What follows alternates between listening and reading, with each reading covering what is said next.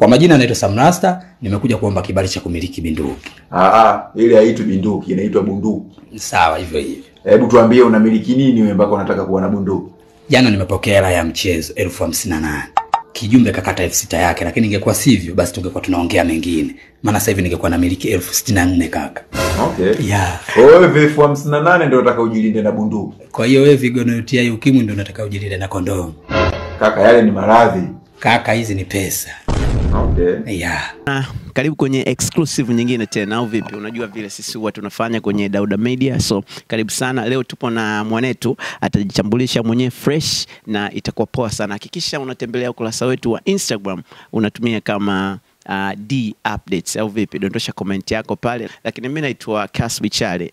Instagram ni official Kasbi Chale. Dondosha comment yako kwa hichi ambacho sisi tutazungumza hapa na mgeni wetu au vipi? Nampa time ya kujikaribisha mwenyewe, alafu itakuwa poa sana.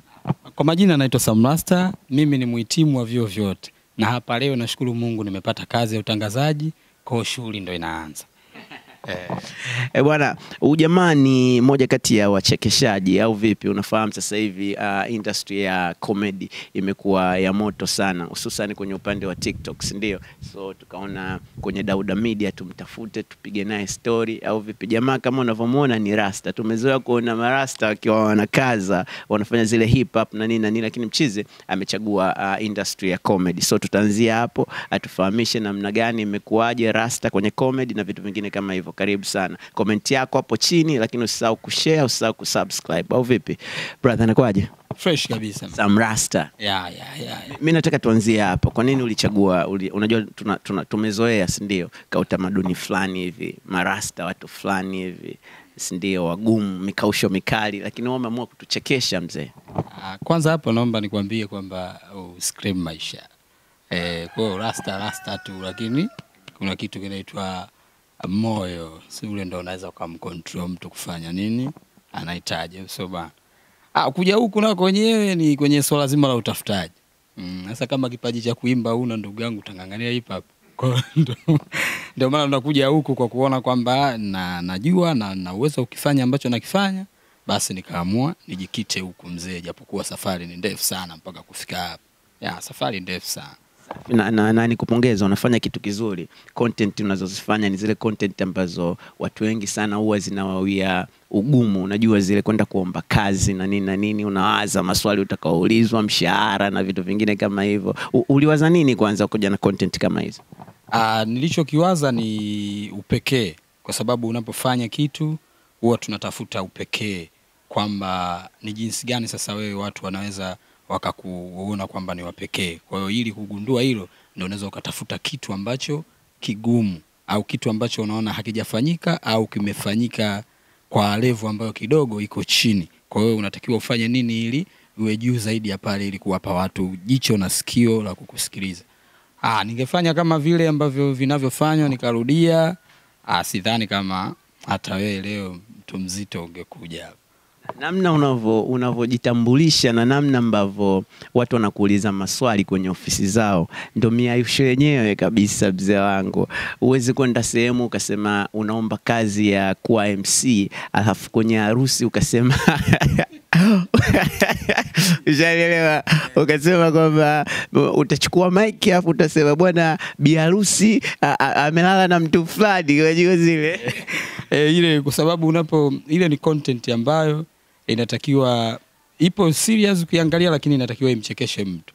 Sasa ni jinsi gani utamchekesha mtu? Harusi kama harusi ndio wewe MC, hasa ni vitu gani pale unavitafuta ambavyo sasa ukiviongea vitamfanya yule alio anayeangalia acheke? Ndio kama vile unamchalazia mtu kwamba bwana huyu alilala na fulani siku fulani. Sasa mtu hata aliyokuwa anaangalia anaona sasa huyu amepewa mic tena kama MC, anaongea utumbo gani? Kwa hiyo vile ndio vitu ambavyo wanajaribu kuviandaa na kuvitengeneza kwa ajili ya kufanya hiki kitu kijazidi kuonekana ni cha tofauti. Unafanya kazi kubwa sana mzee wangu, na content kubwa ambayo sisi imetufanya tukutafute pia ni ile ambayo ulienda kuomba kibali cha kumiliki mjegejo bunduki mzee wangu. Ile imeenda sana. Ilikuwa binduki. Si unajua ili neno kama wewe umecheza utotoni, bunduki tuko naita binduki. Sasa nikasema hii ni kwa nini nisilete huku kidogo, hata mtu anapoangalia anakumbusha hata enzi kidogo, naona kweli man. Rekebisha pale ni bunduki. Akarekebisha bunduki, au akakumbuka naye utotoni alikuwa anaita binduki, basi akafurahi, mambo yanaenda. Sawa, kuna namna ambavyo michezo, vijumbe na nini wanakukera. Vijumbe ile nakutana navyo, kwa sababu maisha ya Uswahilini haya ni maisha ambayo hata kama ushiriki ila yatakufikia kama unaishi Uswahilini. Kwa hiyo sasa hivi vitu nilikuwa naona hata kwa madada zetu hawa, unaona kabisa ni jinsi gani michezo inayo inawatesa, zile vurugu za mtaani, huyu hajalipa, mara kijumbe jinsi gani anapopata balaa. Kwa hiyo nikaifikiria ile, ngasema hapa sio swala, ngoja nije na hii. Lakini kuja na hii sinyoshi moja kwa moja, nachanganyia, kuna binduki umo, hela ya mchezo umo, kijumbe umo, kuleta maana. Kijumbe wanapigaga hela kubwa sana, F6 unashangaa F80 wao F6 wanachukua wao, ile inakuwa noma pia. Kijumbe anapiga hela kwa sababu yeye ndo anakaa nazo. Hasa mzigo kakaa nazo ndani, wamechagisha watu ana kama 400 iko ndani, rafiki yangu ana janga lake. Ana uwezo wa kukupa, kama unapokea 400 unapewa kwanza 350. Alafu 50 anakuambia bwana mama Ashura bado hajatoa bwana. Kumbe keshatoa, yeye anamsuka kule, bwana mimi nachukua inafanyia mpango fulani kwa hiyo kausha. Kwa hiyo vijumbe kwenye swala kupiga hela kawaida. Alafu cha juu wao vile vile wanapiga. Sababu pale ukipokea kama 50 kama laki hivi, pale ana kama 10 yake kwanza ile ya kuhifadhi hela, kwamba mimi si ndo nimeishika, kwa hiyo nachukua ile fungu la 10 ile. Safi mzee. Kwenye ukurasa wako wa TikTok pale kuna content nyingi sana. Sometimes unapiga kama bodaboda, si ndio? Professional kabisa. Na kuna ile ambayo ulimpeleka mwanadada kwa mchizi wake, si ndio? Akakupanga bwana, akakwambia ukifika kule na uli UF7, wewe ukampa 5000 yake, ukafika pale ukaongeza tena ukataka 17000 ili mradi nawe upige fedha. Zile zinatokeaga sana mtaani. Zile zinatokea.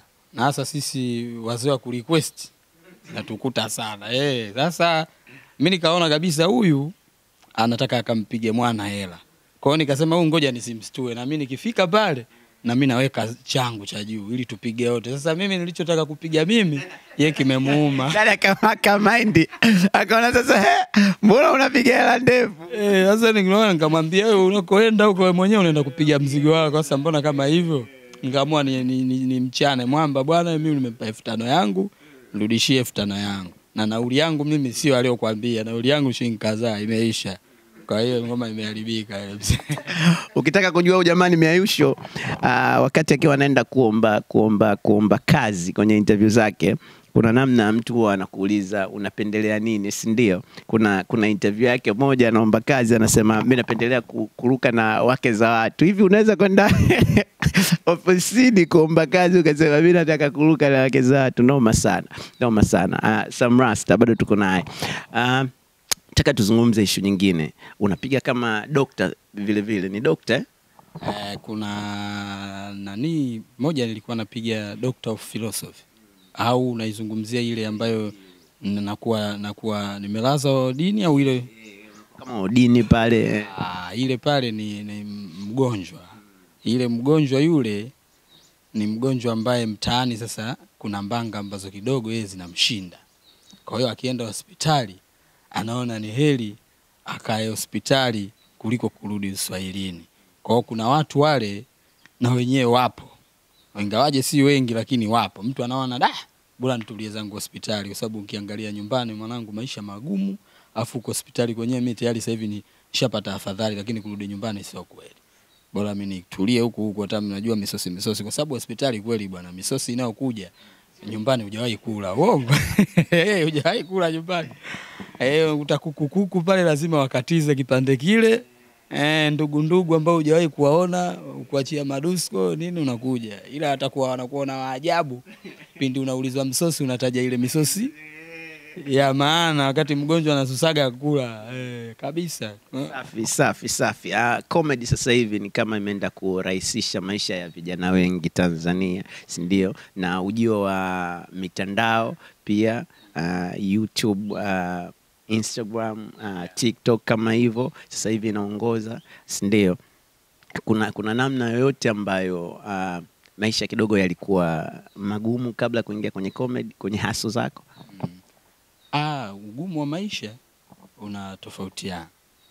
Kwa sababu kila mtu anaona maisha ni magumu kulingana na mahitaji yake muhimu. Kwa hiyo kwenye swala zima la mahitaji,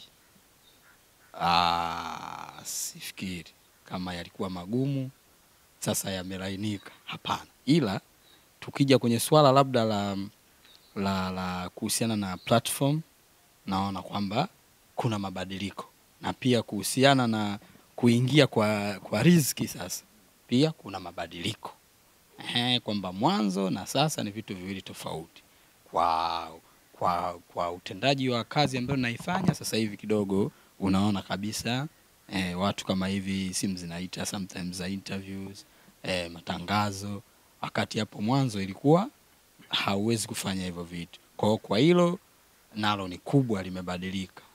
Sasa hivi unaweza kupita mtaani ndo kama vile unafunga tela. Wewe fulani mwenye kimoyo unaona kwa hiyo kuna mabadiliko fulani hapo. Ilo sema ugumu wa maisha. Maisha babu yanakuwa magumu kutokana na mahitaji ya binadamu. Kwa hiyo sasa mahitaji yangu mimi yako kwenye moyo wangu. Bado. Safi, unaongea kirasta kabisa. Sasa hivi tukizungumzia kuhusiana na maisha kubadilika, kuna namna kabisa sasa hivi maisha yamebadilika kwenye comedy Bongo. Kuna tuzo sasa hivi, si ndio? Tuzo za comedy. Juzi tu watu wamekula tuzo zao, si ndio bana? Nataka uniambie kitu. Kuna mtu alipendelewa, kuna sehemu uliona mtu alistahili hajapewa, ama alitakiwa Sam Rasta awepo pale hajakuwepo? Kuna sehemu uliona kabisa mbona tuzo ile nanga kustahili kuchukua, nitakiwa niondoke nayo mimi? Hiyo bwana, unajua wanaoziandaa zile ni watu, wanaipokea zile tuzo pia ni watu. Kwa pindi wanaandaa, hao watu ndio walijua wanahitaji nini kwa hawa watu tutakao wapa.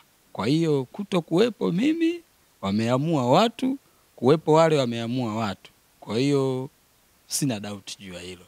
Mimi naona kilichofanyika ni sahihi kwa ajili ya watu jinsi gani waliamua. Jina la Sam Rasta mwakani tunaweza kuliona pale.